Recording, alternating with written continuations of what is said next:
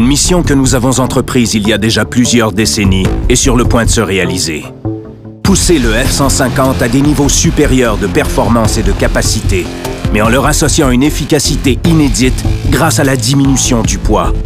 Cela signifiait un investissement monumental dans l'étude et la mise à l'essai de nouveaux matériaux.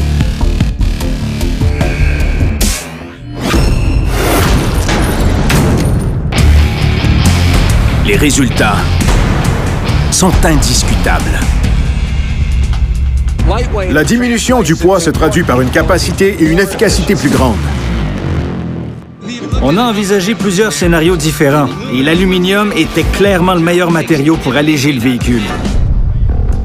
Longtemps avant de faire appel à des ingénieurs, avant la conception de chaque composante, on avait déjà des prototypes. Personne ne savait qu'ils étaient en aluminium.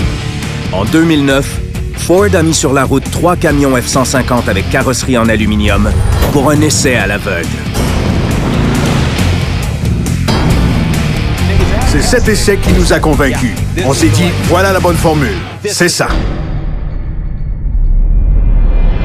La combinaison de deux métaux a permis de forger une machine plus efficace et plus performante qu'il était impossible de créer auparavant.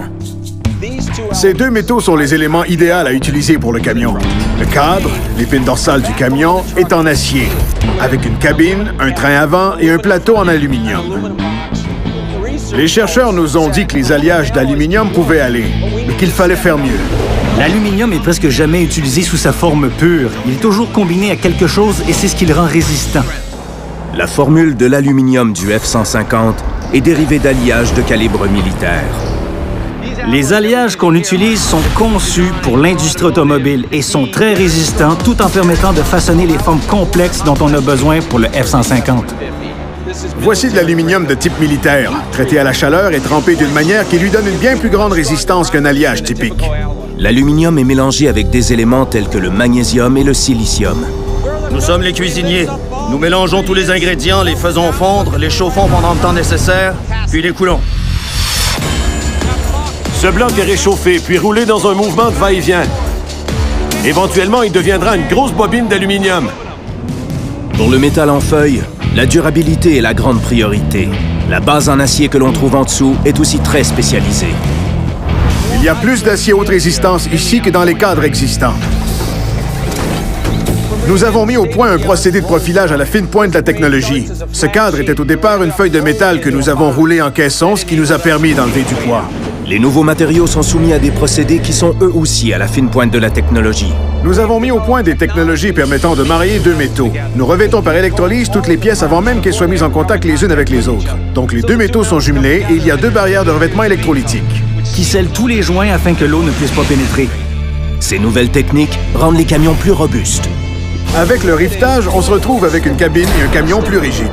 Avec des joints continus, on peut enlever beaucoup de poids et obtenir une excellente résistance et une excellente durabilité. Mais pourquoi Ford? Pourquoi maintenant? On travaille sur des véhicules à prédominance d'aluminium depuis plus de 30 ans. C'est le bon moment.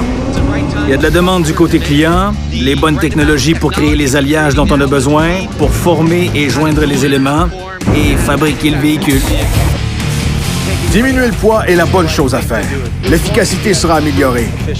Et quand vous avez un boulot à accomplir, le moteur, le groupe motopropulseur, la transmission sont là pour remorquer et transporter. On n'a fait aucun compromis. Plus tard, vous verrez le nouveau F-150 se faire malmener tant par l'homme que par la machine, le poussant aux limites de sa résistance et de sa durabilité.